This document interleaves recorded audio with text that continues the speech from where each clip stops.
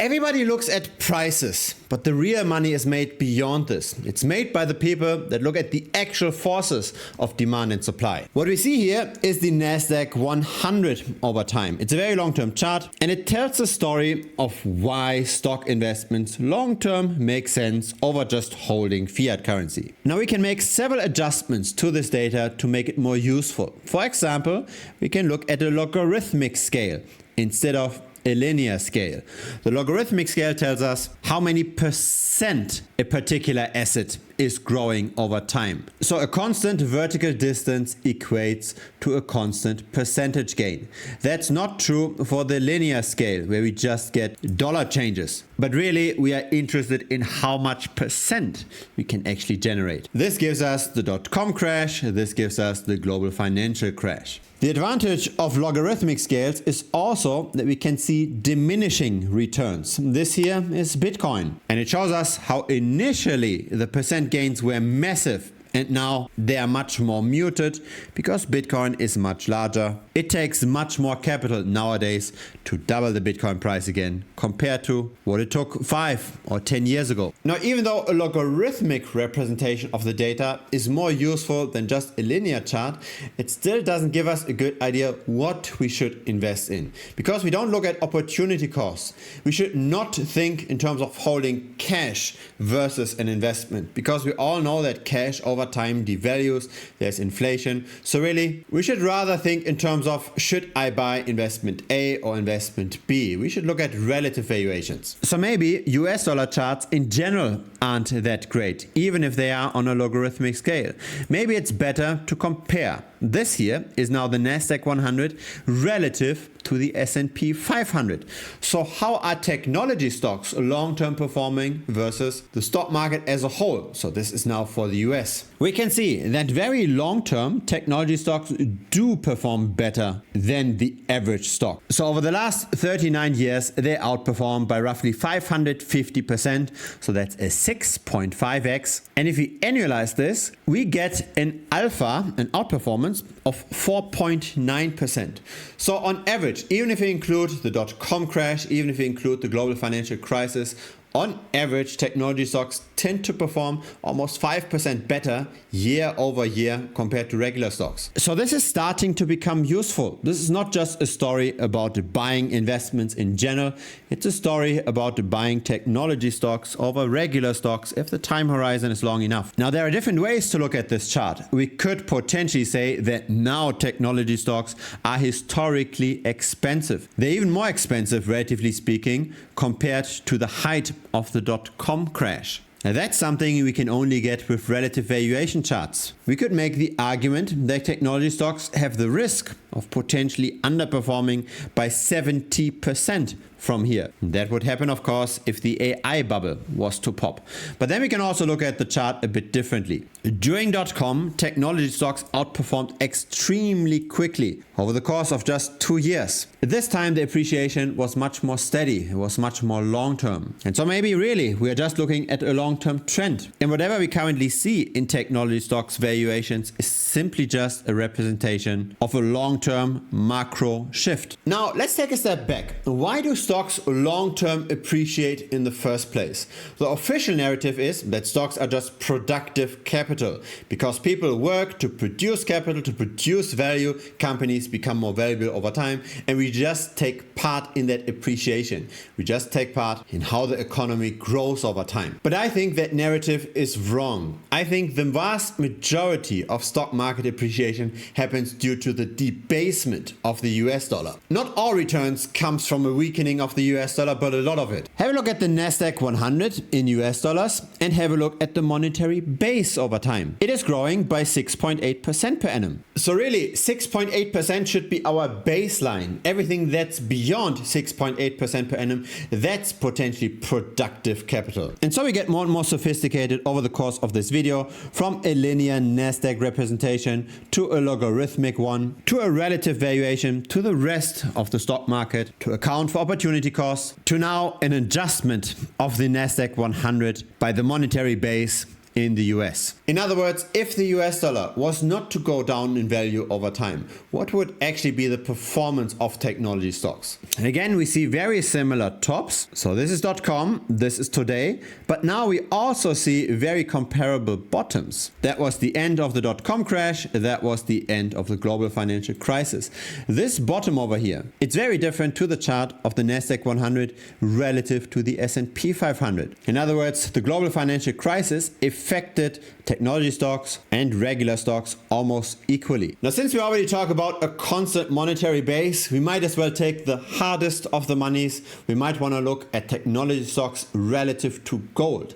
How productive are we really when we buy into technology stocks versus just holding an ounce of gold, a bar of gold? How is the ratio developing? I find this extremely surprising. This is the Nasdaq 100 relative to the gold price. And over the last 30 years, technology stocks have not outperformed gold. We did have periods of outperformance and periods of underperformance, but net over the last 30 years, we saw the exact same performance. Isn't that surprising? The official narrative is that stock investments are super productive, that technology stocks have even more risk, they're even more productive, they are growth investments, yet simply owning a bar of gold gave the same returns compared to all of that productivity. So the entire age of digital transformation and the growth of internet companies, while it was reflected in the Nasdaq 100 measured in US dollars, it was not reflected in its performance relative to gold. So really, it's the monetary debasement that's fueling all of this. Now, we've already seen how the Nasdaq 100 did outperform the S&P 500.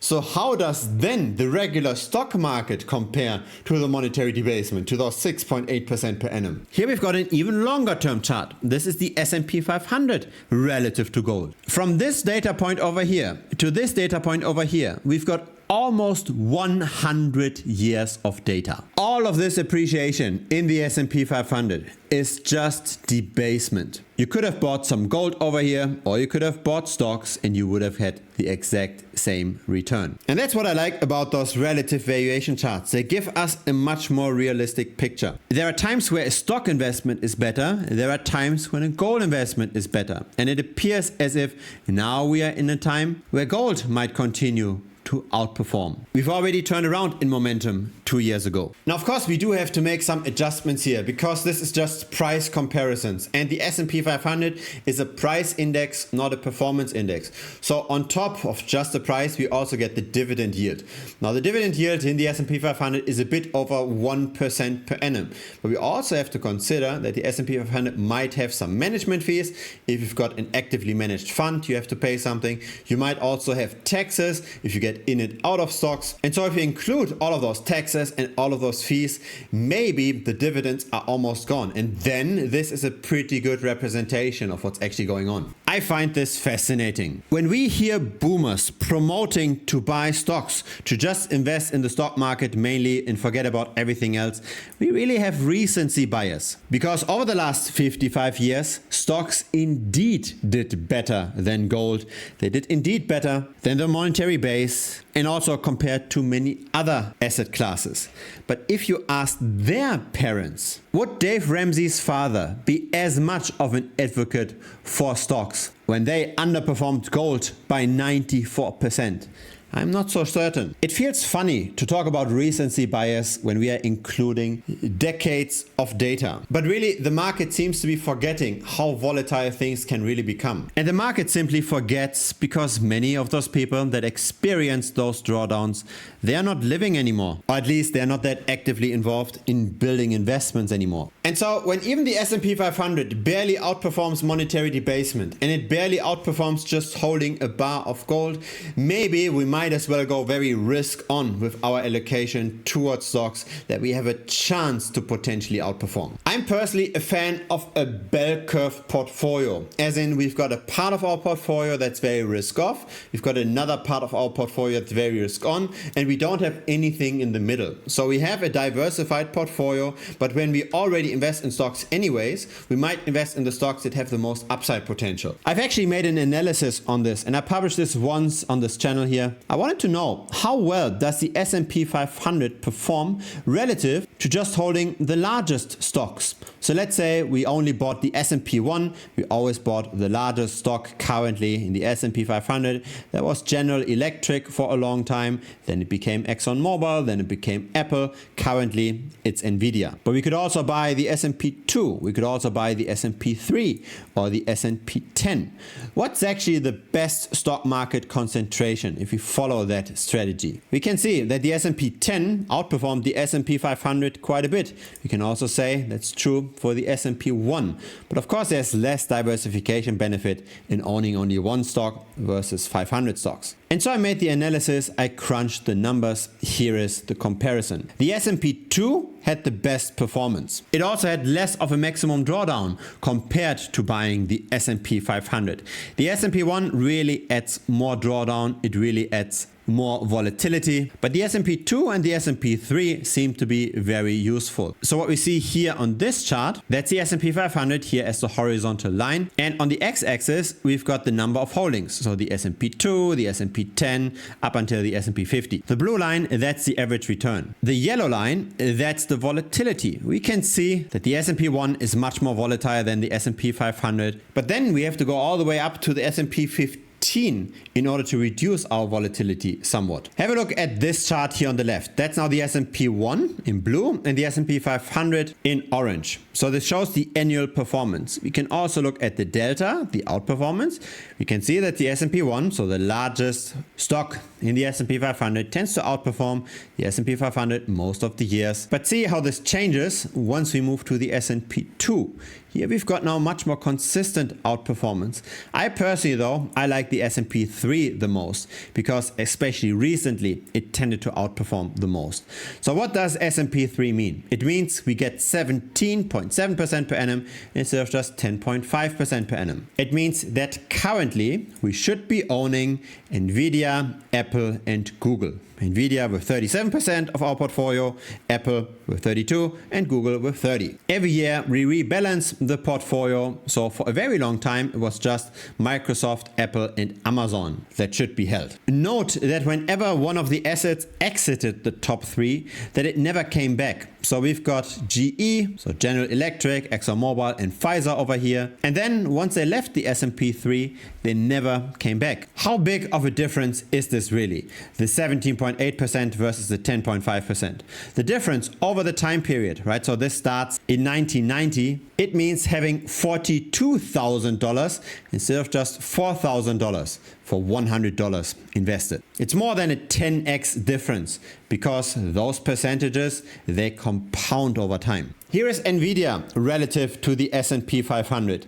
Here is Apple relative to the S&P 500. And here is Google relative to the S&P 500. What I'm getting from this data is that being concentrated in our bets does make sense. Yes, stocks might be expensive, but over the very long term, it does make sense to buy the winners. In other words, returns concentrate towards the largest stocks. Intuitively, this also makes sense, right? If you are top talent, if you know a technology very well, you're very likely going to go to the largest player, to the player with most reputation, to the player with most resources, to the player that might have a monopoly. And so because of that, size also attracts more talent. Monopolies tend to reinforce themselves. Once the momentum turns around, once a company became too large and a competitor rises instead, it's very hard for the loser to come back up again. If we want to get more performance than just monetary debasement, if we actually want to gain purchasing power, then we can't just buy stocks. We can't just buy gold. Again, this year is 100 years of data almost, the S&P 500 relative to gold. We have to be a bit smarter. And clearly the largest players in the S&P 500 tend to appreciate more than the average stock in the S&P 500. It has been true for almost every single year. The outperformance is very consistent. And so that's what I use for my personal investment strategy. I don't buy VOO, I don't buy just the entire 500 stocks. I rather focus on the sections of the market that have the potential to do better. Yes, stocks historically are very expensive. This is the historic Schiller PE ratio. We are currently at 38, very similar to the valuations of .com, and that's potentially very dangerous. In the past, this did give us negative returns, so the next 2, 3, 4 years might not be that great. But if we zoom out further, if we look at the next 10 or 20 years, it probably makes sense to always own the winners. That's the 3 largest stocks. It tends to be the sweet spot between diversification and outperformance. The real message of this video is don't just look at US dollar charts. They only tell us a story that we should not be in fiat currencies. But I hope that's a no-brainer at this point. Owning too much cash is a bad idea. You want to at least use a logarithmic scale to see how many percent something goes up. Ideally, you want to look at relative performance. How does one thing perform compared to something else? And it's important to understand that just setting and forgetting won't bring you very far. You might as well just buy gold, because stocks really long-term don't outperform gold that much. It's all just monetary debasement. It's all just the value of the US dollar coming down. If you want outperformance, you need to outsmart people like this. You need to get into things that tend to do better. And the 3 largest stocks in the S&P 500, they tend to do better. Right now, that's Nvidia, Apple, and Google. But 3, 4 years from now, it might be something completely different. Don't expect any outperformance in the next 2, 3 years. Valuations are already very high. But if your time horizon with your stock investments is 10 or 20 years, it likely makes a lot of sense to just annually rebalance to the top 3 holdings in the S&P 500. If you got some value out of this video, feel free to give it a like. It helps the channel grow. Feel free to also subscribe. I publish videos regularly. If you're interested in more detail, as in what do I invest in, how do I trade, etc., feel free to also check out the premium membership. This is where I share everything in more detail. Thanks for watching and see you next time. Cheers!